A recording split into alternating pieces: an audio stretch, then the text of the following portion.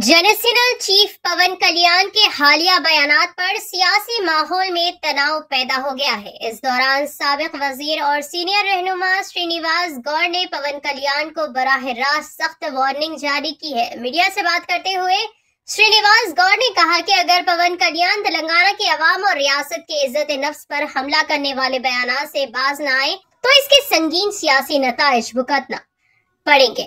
इन्होंने कहा, तेलंगाना की कुर्बानियों पर उंगली उठाना किसी को बर्दाश्त नहीं। पवन कल्याण अपनी जुबान संभाले वरना अवामी सतह पर भरपूर जवाब मिलेगा। साबिक वजीर ने मजीद कहा कि पवन कल्याण सियासी फायदे के लिए तेलंगाना के जज्बात से खेल रहे हैं जो अवाम कभी कबूल नहीं करेगी। इन्होंने वाज़ेह किया कि रियासत के वक़ार, जद्दोजहद और शहीदों की कुर्बानियों पर बेबुनियाद तनकीद करने वालों को सख्त जवाब देना जरूरी है। श्रीनिवास गौड़ ने कहा कि तेलंगाना वाले सब कुछ देख रहे हैं और वक्त आने पर अवाम खुद फैसला सुनाएंगे।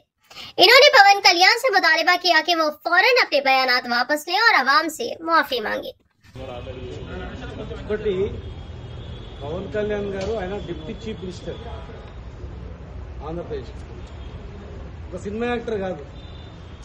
అంతకుముందంటే ఒక యాక్టర్గా ఎవరు స్క్రిప్ట్ రాసి ఇచ్చేది, డైరెక్టర్ పక్కన ఉండేది, డైలాగ్ కొట్టేది, గబ్బర్ సింగ్ డైలాగ్ కూడా కొట్టేది. అంతవరకు పరిమితం. సినిమాల వేరు, ఇది వేరు. నేను కూడా పవన్ కళ్యాణ్ సినిమా వచ్చినప్పుడు అరే బాగుంటుంది చూద్దామని చెప్పి చూస్తాను. నేను కూడా చిరంజీవి గారన్నా పవన్ కళ్యాణ్ అన్నా కష్టపడి పైకి వచ్చిన వాళ్ళు అని చెప్పి అభిమానం చూస్తాం. అభిమానం వేరు ఇక్కడ, ఆత్మగౌరవం వేరు ఇక్కడ. ఒక డిప్యూటీ సీఎంగా బాధ్యతాయుతంగా మాట్లాడాలి తప్ప బాధ్యత లేకుండా ఏదంటే అది పడితే గాలికి మాట్లాడితే బాగుండదు. ఇలా ఆయనకు మొన్న వైరల్ ఫీవర్ వచ్చింది, యాడికి వచ్చింది? మరి తెలంగాణకే అది వచ్చింది. దగ్గులేసినా ఇంకేం లేచినా వచ్చేది హైదరాబాద్కి, తెలంగాణకి. అన్ని కావాలి తెలంగాణలో, కానీ తెలంగాణ కన్ను బాలేమంటే ఎట్లా? తప్పు.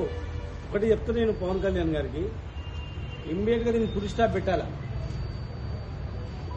పక్కల బల్యాలు లేకుండా రాజకీయంలో మరి దొరికిండ్రా పోయి ఛాన్స్ అని ఒక ప్రాంతాన్ని మొత్తం వ్యతిరేకంగా ముద్రేసేటట్టు కూడా ప్రయత్నాలు జరుగుతాయి. నువ్వు తెలిసినవో తెలియకనవో రాజకీయంగా డిప్యూటీ సీఎం అన్నప్పుడు ఒక బాధ్యత వ్యక్తిగత క్షమాపణ చెప్పి క్లోజ్ చేసుకోవాలి. దాన్ని అంతే ప్రలాంగ్ చేసి దాన్ని చేస్తే నష్టం జరిగేది మీకే, దేశాలకు పోదు. దానిలో తెలంగాణ గొప్పది, తెలంగాణ ఉద్యమం గొప్పది, తెలంగాణ ఉద్యమం చూసి నేర్చుకున్నా అనుకునే వ్యక్తిది. తెలంగాణ చరిత్ర తెలియదా మీకు? స్వాతంత్రం రాకముందు ఈ ప్రాంతానికి ఇతర దేశాల్లో 11 దేశాల్లో రాయబార కార్యాలయాలు ఉన్నాయి. ఎక్కడ ఉందా? ఎక్కడ చరిత్ర గల ప్రాంతాన్ని ఇట్టుగా మాట్లాడదు. ఫుల్ స్టాప్ పెడితే బాగుంటుంది. సీఎం నిన్న చేసిన వ్యాఖ్యలు దేవుళ్ల పైన ఇప్పుడు నేను అనుకుంటా సీఎం గారి కాళ్ళల్లో కట్టబెట్టాడు ఆ స్టేజ్ మీద ఎవరు వింటారు. ఇక వాళ్ళని ఏమని లేక పాపం వాళ్ళని ఏమని లేకపోతే ఆయన దేవుళ్ళ మీద వేసాడు. అదేదో డైరెక్ట్ గా వాళ్ళని అంటే బాగుండేది, వాళ్ళ మీద ఇండైరెక్ట్ గా దేవుళ్ళ మీద వేసి మాట్లాడినా అనిపిస్తా ఉందంటే. అది ఒక పెద్ద దేశం, ఇది హిందూ దేశము.